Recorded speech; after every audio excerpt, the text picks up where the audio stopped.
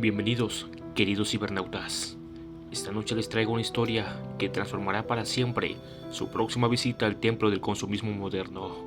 Un relato que me fue compartido por Miguel, quien trabajó como guardia de seguridad en uno de los centros comerciales más grandes de Ciudad Juárez. Un lugar donde después del cierre, las tiendas no son lo único que permanece tras rejas. Prepárense para adentrarse en Ecos de Medianoche.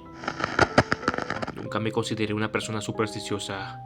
De hecho, cuando solicité el puesto de guardia nocturno en el centro comercial, lo hice precisamente porque me parecía un trabajo tranquilo.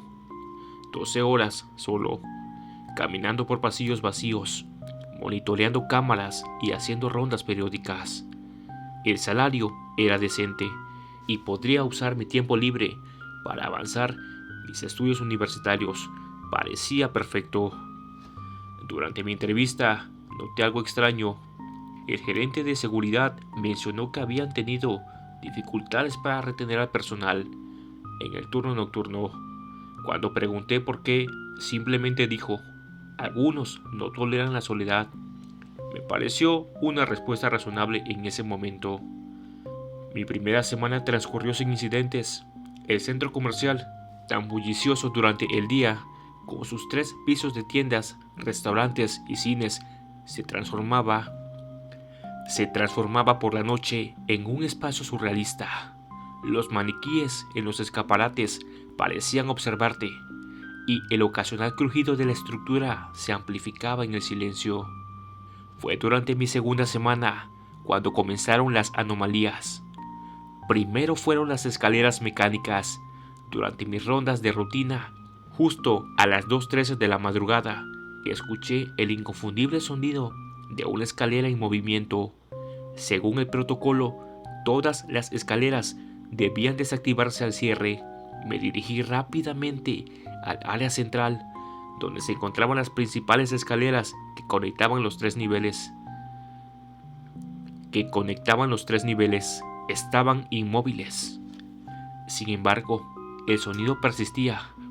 Venía del ala oeste, un sector más antiguo del centro comercial que había sido remodelado recientemente. Caminé hacia allí, linterna en mano, escuchando cómo el zumbido se intensificaba. Al doblar la esquina, lo vi. Un conjunto de escaleras mecánicas que no deberían existir. El centro comercial tenía un total de 8 juegos de escaleras mecánicas, todos documentados en mis planos de seguridad. Este era un noveno, ubicado en un rincón que, según mis mapas, debería ser un simple pasillo entre tiendas. No solo eso, sino que estas escaleras lucían diferentes, más antiguas, con barandales de un diseño pasado de moda y peldaños de madera en lugar de metal estándar. Y estaban en movimiento, ascendiendo lentamente, sin nadie a bordo. Me acerqué con cautela y busqué el interruptor de emergencia que toda escalera mecánica debe tener. No lo encontré. Intenté mirar hacia dónde conducían, pero el segundo nivel en esa sección estaba completamente a oscuras. La escalera simplemente se perdía en la negrura. Retrocedí y decidí reportarlo a la mañana siguiente. Lo atribuí a un error en mis planos, o quizás una instalación temporal por la remodelación. Cuando mencioné el incidente al supervisor en turno diurno, me miró como si me hubiera crecido una segunda cabeza. Esta sección no tiene escaleras mecánicas, afirmó categóricamente. Fue sellada durante la remodelación porque descubrieron problemas estructurales. Insistí, y esa tarde, antes de mi turno, recorrimos juntos el área. Tal como él había dicho, no había escaleras, solo un pasillo con vitrinas vacías y una lona que anunciaba próximamente nueva zona gastronómica. Tal vez estabas muy cansado, sugirió con una sonrisa condescendiente. Le pasa a muchos guardias nocturnos al principio. Esa noche, determinado a probar mi cordura, instalé una pequeña cámara personal en el área antes de iniciar mis rondas. A las 2:13 de la madrugada exactamente, escuché nuevamente el zumbido. Esta vez lo grabé con mi teléfono mientras me dirigía al lugar. Las escaleras estaban ahí, exactamente como la noche anterior, pero había algo diferente. En uno de los peldaños ascendentes vi lo que parecía ser un zapato infantil, pequeño, rojo, subiendo lentamente hacia la oscuridad. Mi instinto profesional superó momentáneamente mi miedo. Si había un niño en el centro comercial después del cierre, era mi responsabilidad encontrarlo y asegurarme de que saliera de forma segura. Decidí subir por las escaleras. Cada peldaño crujió bajo mi peso. El ascenso pareció durar más de lo que debería para alcanzar el segundo nivel. A medida que me elevaba, la temperatura descendía notablemente. Mi aliento comenzó a condensarse frente a mi rostro. Las luces de la tienda a mi alrededor se desvanecieron gradualmente, hasta que solo quedó el débil resplandor de las luces de emergencia. Cuando finalmente llegué al final, no me encontraba en el segundo nivel del centro comercial moderno, sino en lo que parecía ser una versión antigua del mismo lugar. Las tiendas tenían letreros de neón retro, y los diseños arquitectónicos correspondían a los años 80. Todo estaba cubierto por una fina capa de polvo, como si este lugar hubiera estado abandonado por décadas. En medio del pasillo, dándome la espalda, había una pequeña figura, una niña de unos 8 años con un vestido blanco, descalza, sosteniendo en su mano el zapato rojo que había visto en la escalera. ¿Estás perdida?, pregunté, intentando que mi voz sonara calmada y profesional. No deberías estar aquí a esta hora. La niña no respondió. Permaneció inmóvil, dándome la espalda. ¿Están tus padres contigo? Puedo ayudarte a encontrarlos. Lentamente la niña comenzó a girar. Fue entonces cuando noté que sus pies no tocaban el suelo. Estaba suspendida unos centímetros sobre el piso. Cuando se volteó completamente hacia mí, contuve un grito. Su rostro era normal en la mitad derecha, una niña común, de cabello negro y piel morena, pero la mitad izquierda estaba carbonizada, como si hubiera sido víctima de un terrible incendio. El ojo izquierdo era una cuenca vacía y parte del cabello de ese lado había desaparecido, dejando expuesto un cráneo parcialmente quemado. ¿Has venido a la inauguración?, preguntó con una voz que sonaba como si hablaran varias personas a la vez. Mamá dijo que podíamos venir a la gran inauguración del centro comercial. Retrocedí instintivamente, pero me obligué a mantener la compostura. ¿Qué inauguración? ¿Cuándo fue eso? Hoy, 13 de marzo de 1985, respondió ladeando ligeramente la cabeza. El día del incendio. El día que todos quedamos atrapados cuando las nuevas escaleras fallaron. Un escalofrío recorrió mi espina dorsal. Había leído sobre la historia del centro comercial durante mi capacitación. Originalmente se había construido en los 80, pero sufrió un devastador incendio durante su inauguración. El edificio fue reconstruido años después, con un diseño diferente. Las víctimas nunca fueron mencionadas en los materiales oficiales. La niña extendió su mano, ofreciéndome el pequeño zapato rojo. ¿Me ayudas a buscarlo? No puedo encontrar el otro. Su voz cambió, volviéndose más aguda, más infantil y genuinamente angustiada. No puedo ir a casa sin mis zapatos. Mamá se enojará. Algo en su tono me conmovió. A pesar del terror que sentía, di un paso adelante. Te ayudaré a encontrarlo. ¿Dónde lo viste por última vez? Una sonrisa se formó en la mitad intacta de su rostro. En la fuente central estaba mirando mi reflejo cuando comenzó el fuego. Mientras pronunciaba estas palabras, el ambiente cambió. De repente escuché gritos lejanos, un crepitar que reconocí inmediatamente como fuego consumiendo materiales. El aire se llenó de humo y luces naranjas parpadeantes iluminaron los pasillos, imitando el efecto de las llamas cercanas. La niña comenzó a flotar hacia atrás. adentrándose en el pasillo oscuro. «Ven conmigo», dijo con su voz múltiple nuevamente. «Hay otros que quieren conocerte. Todos los guardias nocturnos vienen a conocernos, tarde o temprano». Por fin el miedo me paralizó. Di media vuelta y corrí hacia las escaleras mecánicas. Para mi horror, habían desaparecido. En su lugar había una pared sólida con un mural que mostraba la inauguración del centro comercial.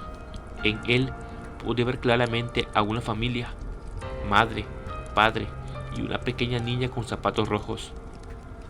Un ruido detrás de mí me alertó. Al girarme, vi que ya no era solo una niña. Varias figuras emergían de las tiendas abandonadas. Hombres, mujeres, algunos niños más, todos con diferentes grados de quemaduras. Sus voces se unieron en un coro escalofriante. «Quédate con nosotros, somos los olvidados de la plaza, los que fueron borrados de la historia». En un acto desesperado, saqué mi radio y pedí ayuda, sabiendo que probablemente nadie me respondería. Para mi sorpresa, a través de la estática, escuché la voz de mi supervisor. «Miguel, ¿dónde estás? Las cámaras te muestran inconsciente en el pasillo del área oeste». Esas palabras fueron como un salvavidas. Cerré los ojos y me concentré en regresar, en recordar el centro comercial moderno, mi puesto, mi vida. Cuando abrí los ojos nuevamente, estaba tendido en el suelo frío del pasillo normal. Mi supervisor y un paramédico estaban a mi lado. Aparentemente, había sufrido lo que ellos llamaron un episodio, y me habían encontrado gracias a la pequeña cámara que había instalado. Revisaron las grabaciones de seguridad y vieron cómo caminaba hacia el pasillo vacío. Miraba fijamente a la pared durante casi 5 minutos y luego colapsaba. Mi propia cámara personal no había grabado nada, ni escaleras, ni niña, ni otras apariciones, solo un pasillo vacío y mi extraño comportamiento. Renuncié al día siguiente. Antes de irme, investigué por mi cuenta la historia del centro comercial. En unos archivos municipales encontré reportes del incendio de 1985. Entre las víctimas había 13 personas, incluida una niña de 8 años, que nunca fue encontrada con sus zapatos puestos. Han pasado 3 años desde entonces. He evitado ese centro comercial en particular, pero siento que hay algo que aún me persigue. Y así concluimos, queridos cibernautas. Si les gustó la historia, regalen un like, comenten. Nos vemos en la siguiente historia. Continuamos. Porque el horror más profundo no siempre acecha en cementerios abandonados o mansiones antiguas. A veces nos espera bajo las brillantes luces fluorescentes de un supermercado. Prepárense para adentrarse en el pasillo 13. Hace 5 años conseguí trabajo como encargado del turno nocturno en el supermercado Gran Ahorrador, por no decir otras marcas. Uno de esos hipermercados enormes ubicados a las afueras de Monterrey. El lugar tenía todo, desde comestibles hasta electrónicos, ropa, ferretería y hasta una pequeña farmacia.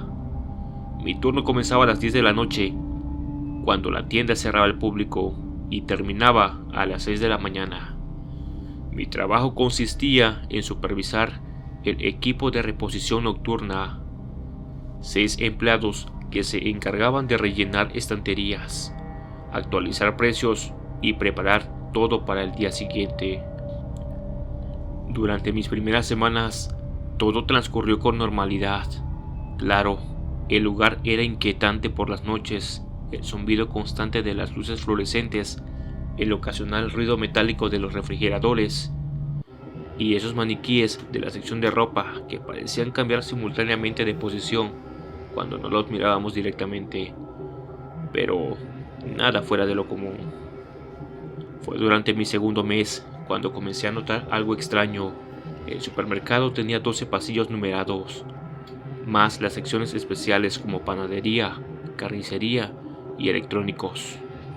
Sin embargo, en el sistema de inventario aparecían productos asignados a un inexistente pasillo 13.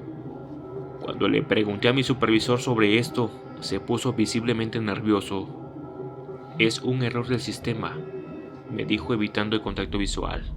«Ignóralo y por favor no se lo menciones al gerente».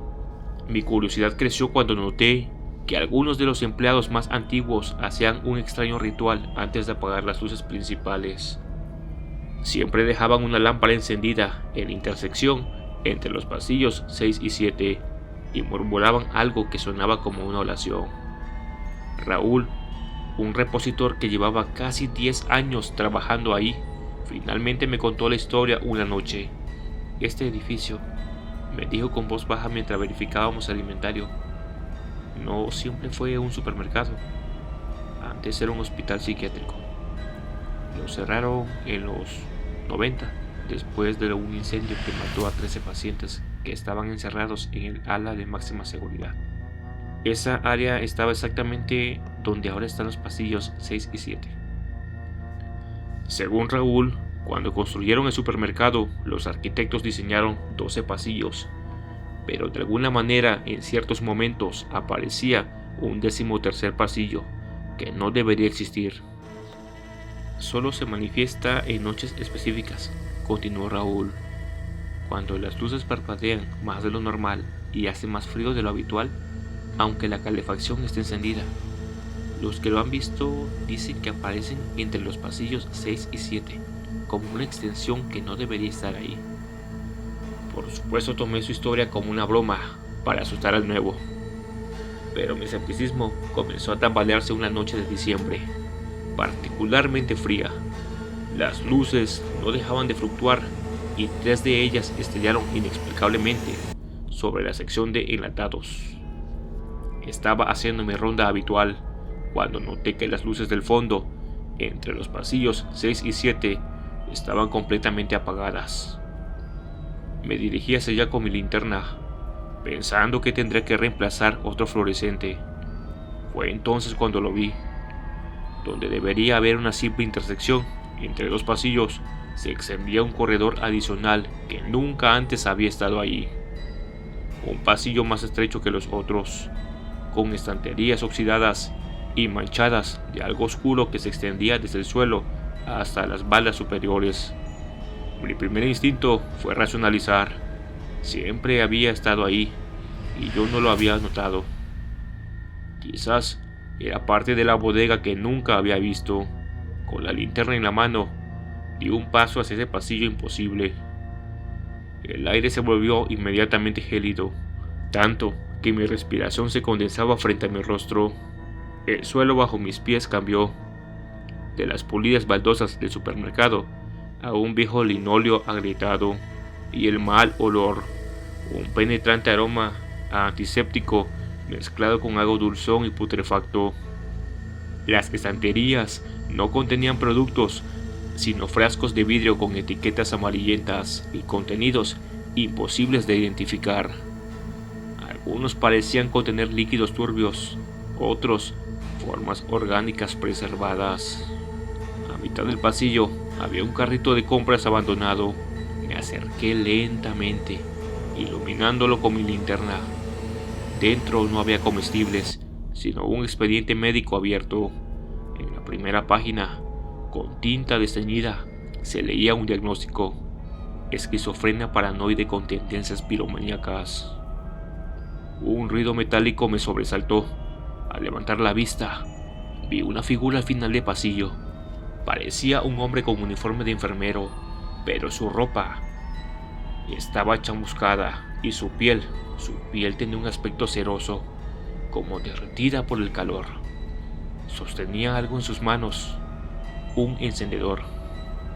«Ya casi es hora de la medicación», dijo con una voz rasposa que parecía provenir de algún lugar mucho más profundo que su garganta. «Los 13 deben tomar su medicina». Retrocedí lentamente, sin apartar la linterna de aquella figura.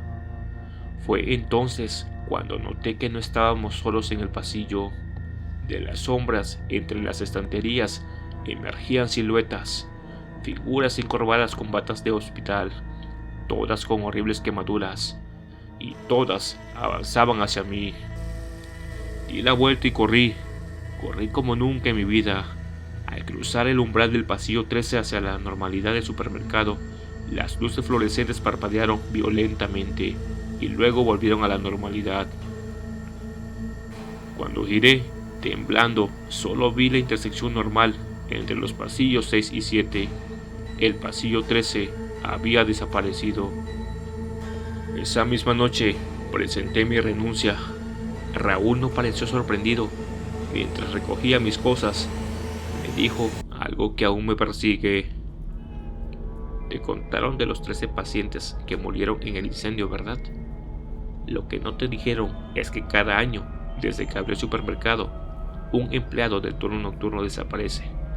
Siempre en la misma fecha, el aniversario del incendio, y siempre después de haber visto el pasillo 13. Consulté el registro de personal cuando Raúl no miraba. Era cierto, cada año un empleado dejaba de venir sin explicación. 12 en total desde que el supermercado abrió. Yo hubiera sido el número 13. Han pasado 5 años y no he vuelto a pisar ese supermercado. Me mudé a otra ciudad, cambié de carrera, pero cada diciembre recibo un correo electrónico desde una dirección desconocida, sin texto, solo con un archivo adjunto, la lista actualizada del inventario del pasillo 13, y cada año hay un nuevo producto en la lista, con el mismo código de barras, 666-13. La descripción siempre es un nombre, el nombre del último empleado que desapareció. El año pasado, el nuevo producto de la lista era Raúl Gómez, 45 años, repositor. Y lo más aterrador es que hace una semana, cuando abrí mi buzón, encontré una tarjeta, una invitación para una entrevista de trabajo en un nuevo supermercado que se abriría en mi ciudad. El puesto encargado del turno nocturno, y en la parte inferior, escrito con tinta roja, que olía sospechosamente a antiséptico: te esperamos en el pasillo 13. Esta vez no escaparás. Y así concluimos esta noche, queridos cibernautas. Recuerden que la próxima vez que visiten un supermercado y vean parpadear las luces, o sientan un frío inexplicable entre estanterías, quizás no estén solos en esos pasillos interminables. Quizás, sin saberlo, hayan entrado en un pasillo que no debe de existir. Y si alguna vez ven un pasillo sin número o uno que lleve el número 13, les recomiendo que den la media vuelta, porque hay lugares donde el velo de este mundo y el otro es tan fino como un papel de una etiqueta de precio.